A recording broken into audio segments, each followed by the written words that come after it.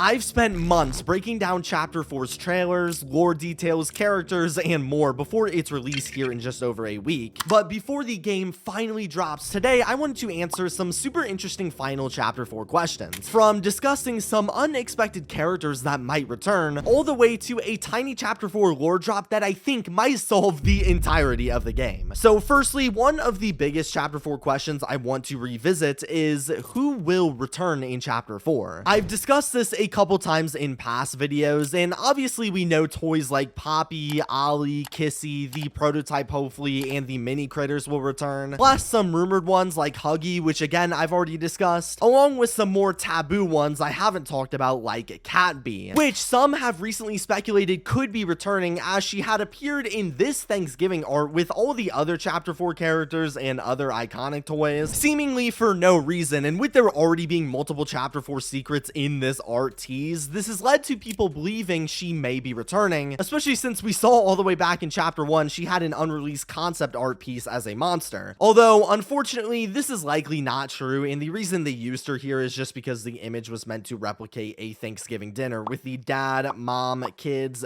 dog, and Yarnaby, and I think they picked Catbee to be, well, the cat. But a more compelling one people have discussed quite a lot has been Boxy Boo. Now, the first rumor of him returning originated all the way back when I interviewed the CEO Zach Bellinger, and as a one-off asked him if Boxy might appear in a future game, where he seemingly hinted at it in his response. But fast forward to today, there has been more and more references to Boxy in the context of Chapter 4, specifically through things like him showing up in the Doctor trailer upon Harley remembering his favorite creations, and also this ARG document where they confirmed to us he was the first bigger body, showing how important of a character he was to the actual story, and to Harley Sawyer specifically, the creator of the bigger bodies, who's going to be a major focus in Chapter 4 if you couldn't already tell. Plus, we know that Boxy Boo was a toy who survived past the Hour of Joy judged from the Hour VHS tape, and was literally designed by Harley to eat anything in sight. So if any of the monsters would still be alive in Playtime Co's Anarchy, it would be Boxy. And if he's ever going to show up in the game, it would most likely be in the chapter where he has been alluded to multiple times, both in the lore and by his creator, Harley Sawyer. Plus, while this is merely speculation, the main location for Chapter 4 is obviously going to be the prison housing all of the failed or in-progress experiments. And the devs have put a ton of importance specifically on this weird symbol we see all throughout the prison and on different documents, which has been plastered on a ton of Mob's Chapter 4 marketing, drawing focus to it. But the purpose of the symbol and what it stands for has still been a mystery outside of the fact that it seems to be related to the prison, of course. However, something that occurred to me when thinking about this theory is that I wonder if this symbol itself might have been meant to pay homage to Boxy Boo, with his red exterior, blue box, and yellow star shape all represented in conveniently a box-shaped symbol to possibly show respect for the original bigger body, especially since we know Harley was ecstatic at Boxy Boo's creation, since it meant it would convince Leith and his quote-unquote money men to keep letting him do his experiments. So what better place to honor Boxy and the experiments that followed him other than the place literally where the experiments were being held? They've even used symbolism in this way before with things like the poppy eye flower meant to represent and respect the Poppy doll, and the prototype shrine meant to obviously honor the prototype. I don't know, it's a super interesting theory, and even if you think this is a stretch, the focus on Boxy overall definitely feels intentional, and it really would be a missed opportunity to not have him around, especially when we know he is lurking the factory to this day. But speaking of returning characters, we know that Chapter 4 is likely the second to last chapter, assuming there are only 5 or maybe 6. However, this deep into the game, there is still one big and simple question we have had since Chapter 1. Who wrote us the letter that sent us here in the first place? If you don't remember, at the very start of the game, literally the first thing we see after the intro tape is a message from somebody in a poorly written crayon saying, "Everyone thinks the staff disappeared 10 years ago. We are still here," prompting us to literally play the rest of the game up until this point. And the mystery behind this letter is one that hasn't even been as much as hinted to throughout the first 3 chapters at all. However, I think some previous marketing for Chapter 4 might have just solved for us who wrote this and why they did it, giving us a big new motivation in Chapter 4. As leading up to the Harley Sawyer The Doctor trailer to build some hype for its launch, the devs did the 12 Days of Playtime. Playtime, giving us little character descriptions for a bunch of different characters we already knew about, from new friends like Yarnaby to old friends like PJ Pugapillar. And while these descriptions to most people would seem useless and overall trivial, they actually did hide some lore details in them that seem to be setting up details for Chapter 4 and the greater parts of the game. For instance, under the Nightmare Critters description, they told us that originally the Nightmare Critter experiments used to be friends with the Smiling Critters, but something had happened to presumably make them enemies, obviously setting up a conflict for the next game. But the most interesting one lies on the Kissy Missy paper that reads, "Like Huggy is quiet and intelligent. Her calm demeanor made her approachable by children and staff alike, right up until the hour. She has a soft spot for drawing and writing, even though she struggles using a pencil." Now, I think immediately you can already tell where I'm going with this. Why would they mention that Kissy liked to draw to us here? Well, obviously, this made me wonder if maybe this was the devs hinting to us that she might have been the one to write said letters sent to us at the start of the game, which isn't a completely unique speculation. This is something people have discussed ever since this little teaser was revealed. But the more I've looked into Kissy Missy and this letter over the past couple weeks since we've gotten this information, the more I start to think this theory is actually true, and here's what stood out to me. See, if we look at the letter, we can see that it almost looks like it was drawn by a child, especially with the multiple spelling mistakes seen throughout, which beforehand had divided theorists into two groups. One group that thought the letter was written by a child asking us for help, hence their basic writing skills and whatnot, and another group who thought it was somebody pretending to be a child, faking spelling mistakes on purpose to trick us into going back there, where they could then entrap us, someone like the Prototype or Poppy. However, both of these theories fall flat when you consider that in the letter, they don't try to hide that they were actually a staff member of Playtime Co, saying, "Everybody thinks the staff disappeared," followed by "we are still here," meaning this person was most likely a staff member, but also they write like a child. So then, who fits this criteria? Well, realistically, as we've learned through more recent chapters, this basically narrows us down to any of the Bigger Bodies Initiative members, since we know they were mostly children who were turned into monsters for the sake of working as staff members. However, we can also rule out like 90% of the monsters immediately, because as we saw when we explored the factory, they were mostly focused on fending for themselves and surviving, and they saw us as intruders invading their already inhabited space they were living in, rather than somebody who came there invited. That is, except for one, Kissy Missy, who in chapter 2 was mysteriously waiting in the car area for us to arrive before she opened the lever and left us unharmed. And while we learned in later chapters Kissy would in fact become our friend and want to help us, explaining her passivity, we never actually learned why she was right there in this area specifically waiting for us to arrive, especially when considering we later learned that she was transported all the way to Playcare right before the Hour of Joy attack. So if she then chose to travel all the way back to the game station, it was almost like she was expecting for us to be there and that we'd need her help. Again, acting as if she had written the letter that sent us there in the first place and knew we were coming. Furthermore, there has been a pretty big focus on how traumatized Kissy was by the Hour of Joy after it happened. They mentioned it in the description I discussed earlier, and she was hunched over trying to calm herself from the anxiety by just being in Playcare, spending her time while we were in Home Sweet Home reminiscing on the lost children. The state of the torn apart factory ate her alive, and she needed to do something. That something seemingly being to write us this letter using her albeit primitive writing skills that again they bothered telling us here for a reason, and sending the letter out to us herself to hopefully encourage us to make a return and save her. I mean, even these small bits of this theory make sense. Like, we know she would have known where we lived or that we were the only Hour of Joy survivor, since again she was an employee and therefore would have known the details about who worked there. Plus, we have already seen people like Rowan Stoll send out help letters in the Project Playtime ARG, so her doing this wouldn't even be odd for Playtime Co staff members. But most importantly, going into chapter 4, if this is true, which I mean seems really likely, unless this was an intentional red herring by the devs to trick us into thinking this on purpose, I can't see how they don't perfectly line up. It gives us a new motive for chapter 4 because Kissy is no longer just our side companion by Poppy while we explore the factory, but rather she is our true reason for us being here in the first place. And her being attacked at the end of chapter 3 before we presumably go searching for her in the the next entry represents not just risking losing a companion, but also losing our last chance to save an innocent life from the torturous ways of Playtime Co that we were so guilty for causing as a Playtime Co employee ourselves.